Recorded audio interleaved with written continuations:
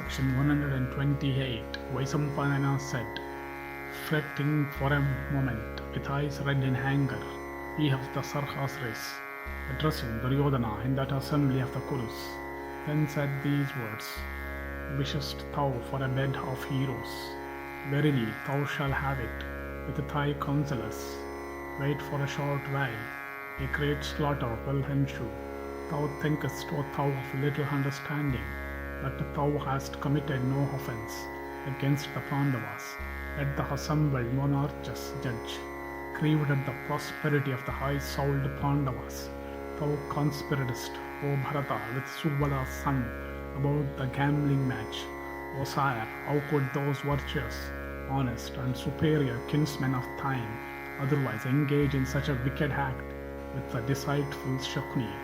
O thou that art endued with great wisdom, gambling robs even the good of their understanding, and as regards the wicked, this union and dire consequence spring from it. It was thou who hadst devised with thy wicked counsellors that terrible source of calamity, in the form of the gambling match, without consulting with persons of righteous behavior. Who else is there capable of insulting a brother's wife in the way thou didst, or of dragging her into the assembly and addressing her in language thou hadst used towards Draupadi, of noble parentage, and endued with excellent behavior, and dearer to them than their very lives? The queen consort of Pandu's son were treated even thus by thee. All the Kauravas knew what words were addressed in their assembly by Duryodhana, and to those chastisers of foes, the sons of Kunti, when they were about to set out for the woods. Who is there capable of behaving so wretchedly towards his own honest kinsmen, that are ever engaged in the practice of virtue, that are untainted by avarice, and that are always correct in their behavior? Language such as becomes only those that are heartless and despicable was frequently repeated by Karna and Duryodhana, and also by thee. Thou hadst taken great pains to burn to death at Varanavata the sons of Pandu with their mother, while they were children, although that effort of thine was not crowned with success.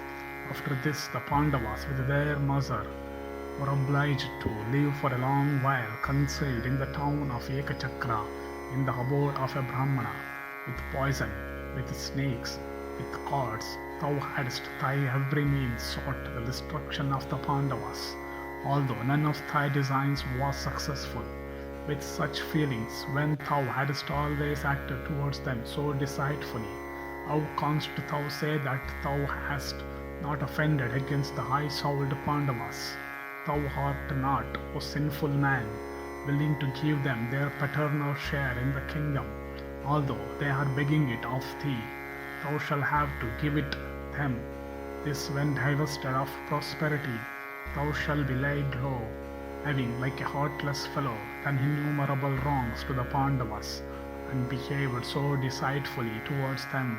Thou seekest now to appear in a different car, though repeatedly solicited by thy parents, by Bhishma, Drona, and Vidura, to make peace. Thou dost not yet.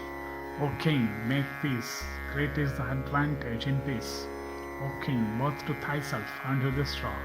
Peace, however, does not recommend itself to thee. To what else can it be due but to thy loss of understanding, transgressing the words of thy friends? Thou canst never attain to what is for thy benefit. Sinful and disreputable is that act which thou, O king, art about to do. Vaisampayana continued, while he of the Dasarha's race was saying this, Duryodhana addressed vindictive Duryodhana and said unto him these words in the midst of the Kurus: If, O king, thou dost not willingly make peace with the Pandavas, verily the Kauravas will bind thee hand and foot and make over thee to the son of Kunti. Bhishma and Drona and thy own father, O bull amongst men, will make over us three, viz. Vikartana's son thyself, and myself, to the Pandavas.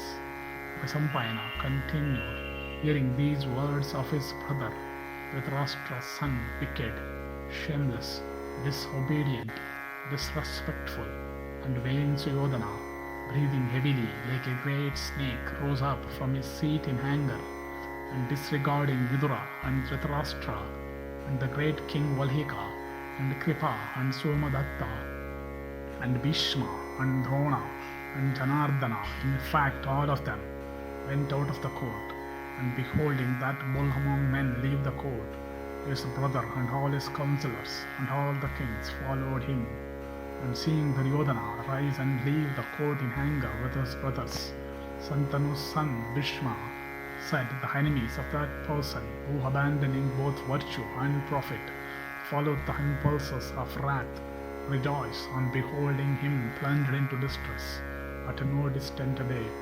This wicked son of Dhritarashtra, this one unacquainted with the true means of accomplishing his objects, this fool that is wrongly vain of his sovereignty, obeyeth only the dictates of wrath and avarice. I see also, O Janardana, that the hour of all those Kshatriyas is arrived, for all those kings from delusion have with their counsellors followed Duryodhana. Hearing these words of Bhishma, the lotus-eyed hero of Dasarha's race, possessed of great powers, addressing all those that were still there, headed by Bhishma and Drona, said, even this is great transgression, of which all the elders of the Kuru race are becoming guilty, for they do not forcibly seize and bind this wicked king in the enjoyment of sovereignty, a chastiser of foes. I think the time hath come for doing this. If this is done, it may still be productive of good.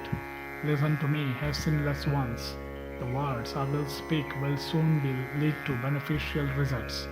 If indeed, ye Bharatas, ye accept what I say, in consequence of its recommending itself to you, the wicked son of ill-regulated soul of the old Bhoja king, having usurped his father's sovereignty during the latter's lifetime, subjected himself to death.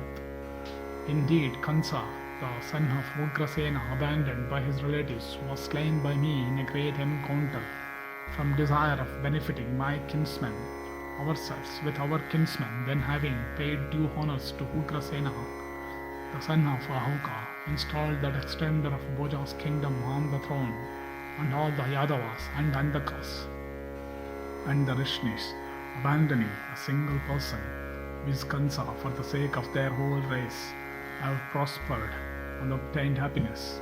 O king, when the gods and asuras were arrayed for battle, and weapons were upraised for striking, the Lord of all creatures, Parameshtin, said this, something which applies to the case at hand.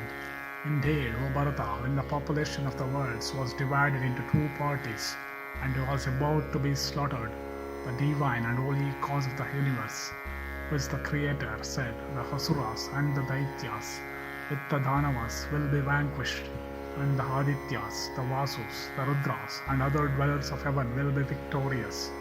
Indeed, the gods and Asuras, and human beings, and Gandharvas, and snakes and Rakshasas will in rage slaughter one another in this battle.